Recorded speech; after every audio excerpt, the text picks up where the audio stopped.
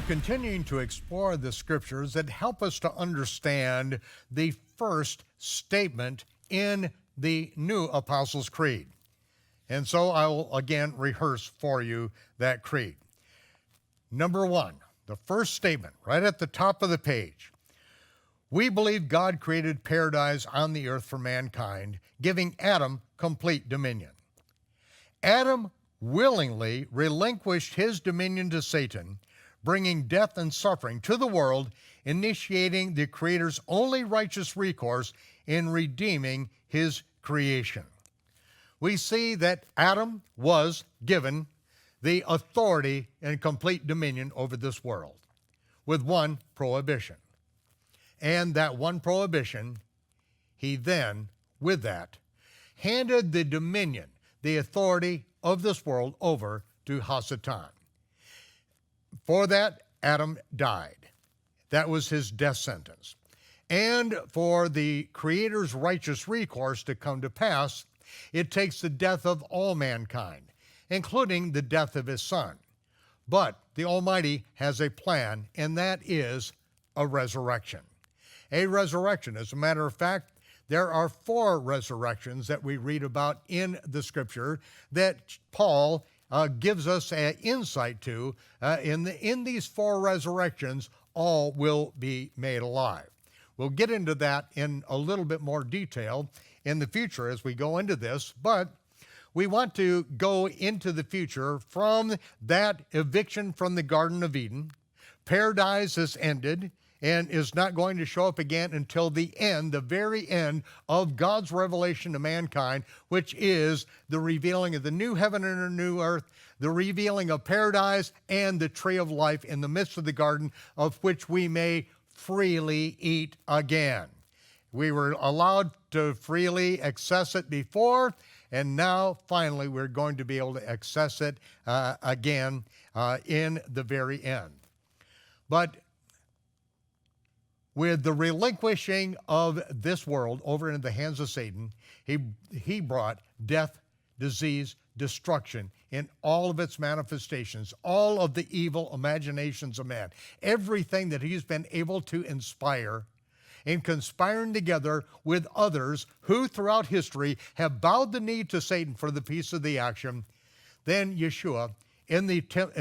Satan, in the temptation of Yeshua, Satan shows them all the power, the wealth, the kingdom, and the glory of this world and everything this world has to offer. And he says, it has all been delivered to me, and to whomsoever I will, I give it. Yeshua refused it. Now we see in the book of the Revelation what transpires, because Yeshua has refused to bow the knee to Satan. Now, in the 4th chapter of the book of the Revelation, John is taken up to the throne room of God. And if you have watched anybody or seen anyone tell you what heaven is like, and it doesn't resemble this. If what you see are, green grass and puppy dogs and flowers and your grandmother walking your pet dog, cat, and hamster, and then these people come back and tell you all what heaven is like, and they don't approach what we see John, who is actually taken to the throne room. It's either a fraud, deliberate fraud in most cases, a wild imagination, or wild brain cells let loose. Because Yohanan, is literally taken to the throne room. And what he sees there, the majesty of the throne, he attempts to describe, but there's no way to describe it. The colors that flash out of the throne room that are mirrored, that are prismed off the universe, is so spectacular it takes his breath away. The 4 living creatures that are around the throne, covered with 6 wings, with eyes that cover the wings, and when they shout, holy, it is so loud that the rafters of the universe shake. When they shout holy, it has to be written 3 times for emphasis, because 2 times is the threshold of pain. 3 times you have to have heavenly ears to even comprehend as these mighty creatures shout holy around the throne of the Almighty. John Yochanan is standing there. He sees the 24 elders. The 24 elders seated on thrones with golden crowns. These are the first fruits that Yeshua raised from the dead after he arose. They, the saints in the graves, arose. The graves which are marked when he cried with a loud voice, it is finished. The earthquake, the rocks went and the graves were open. And after he arose, they were raised. Yeshua raised them from the dead. He had the authority to raise them from the dead, and that was his first act, is to raise them from the dead. And then the following morning, the day of the first fruits, he then, seeing Miriam at the tomb, before he ascends with the first fruit offering, as the Kohen Gadol forever, the high priest forever, after the order of Melchizedek, he then tells Miriam, do not touch me. Just as the high priest was to be in seclusion in Mount Moriah, the Temple Mount, from the time of the Passover sacrifice was made until the first fruit offering was presented in the temple, he must be in seclusion in the temple. And he said to Miriam, don't touch me. I have not yet ascended to my Father in heaven. And then said, go tell my disciples, I now ascend to my God and their God, their Father and my Father, and then meet me in the Galilee. Yeshua then takes the first fruits, which he had raised from the dead at the time of the first fruit harvest, the evening before, after his resurrection, and then ascends to heaven, presents the first fruit offering, the saints who he raised from the dead, and they are the 24 elders. These are not 24 angels. They're 24 elders. And if we do not understand the temple service and the rehearsal that King David put in place by divine revelation, and the order of the sacrifices that was written in the book of the sacrifices of the kings that David wrote, if we do not understand that and don't grasp on to that reality of which the scripture said about the book of the sacrifice of the kings, which is written about in the book of Maccabees, if we don't understand these things, then we will be forever lost and not understand who these 24 elders are. But John sees them. They're around the sea of fire and glass. The sea of fire and glass, which was typified upon the earth as the brazen laver.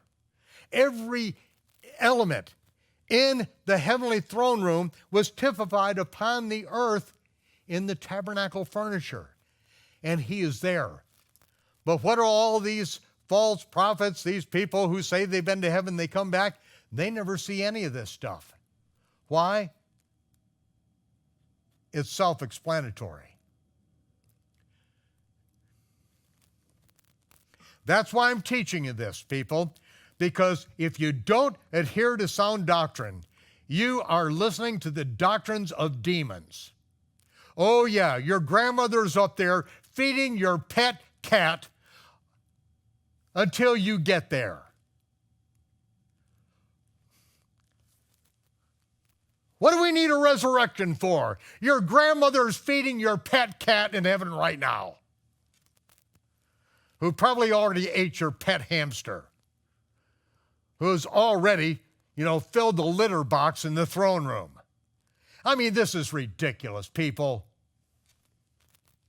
Oh, you want to pull a verse out of thin blue sky? You want to pull a parable out of your imagination, a parable, and say, oh, yeah, everybody's just alive in heaven.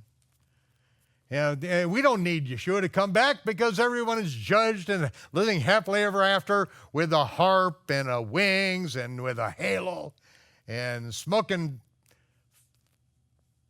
50-cent cigars on a cloud. Well, I think that's probably going to come up in our statement of faith here. But the throne room is beyond description. You just have to read it, because I can't describe it to you. You have to read it in a room that the rest of it's dark. You just read it and you close your eyes and you go there. You go there because words create pictures. Let the words create these pictures. Try to imagine something that is so awesome that John can't really describe it. Eye hath not seen, neither ear heard, neither has it entered into the heart of man the things that God has prepared for those that love him. But this is a throne room of the Almighty. If you can imagine every article of furniture on earth and then transpose that to the real thing in the throne room, oh man, what a chilling thing. So John sees he who sits on the throne, from whose face the earth and the heaven flees. That's the only way he can describe it. It's just like everything just, it's gone. And that is the central focus of the universe. Revelation chapter 5, verse 1. And I saw in the right hand of him that sat on the throne a book written, a scroll written within, and on the backside sealed with 7 seals. I'm punctuating it correctly. It's written within, and on the backside it was sealed with 7 seals. That's the only way you can have a scroll that no one can look on unless they break the seals. A scroll written on the inside and on the backside sealed with 7 seals.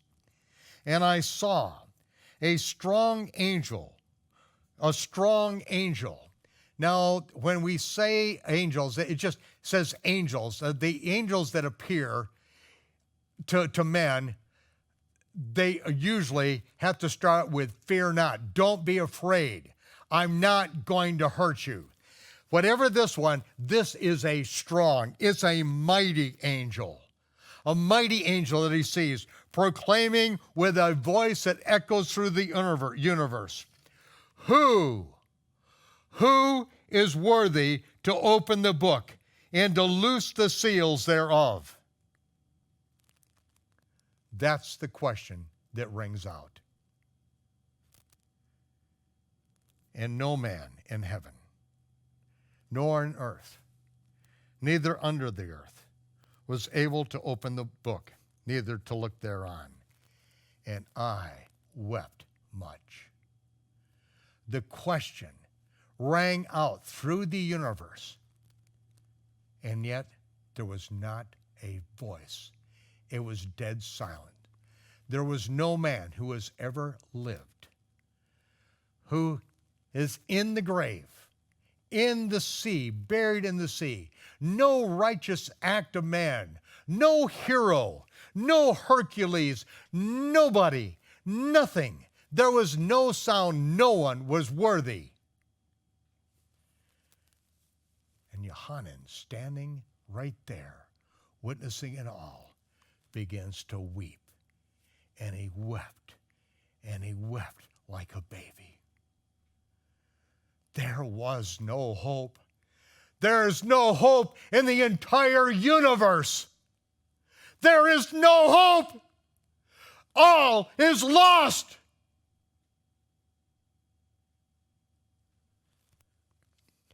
Because that scroll is the title deed to this world. This is the title deed to this world. And it was bound by Satan's legal authority. He was made the God of this age, and there is no way to divest him. Adam willingly laid over the title deed of this world into the hands of Satan. It was bound with his authority, and there was nobody. Adam was not worthy. Abel was not worthy.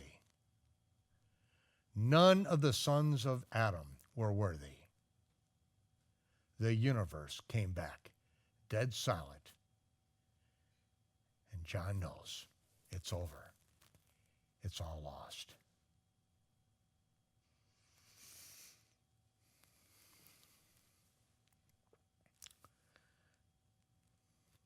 Join me again next time as we take a look at what happens in the throne of Almighty God.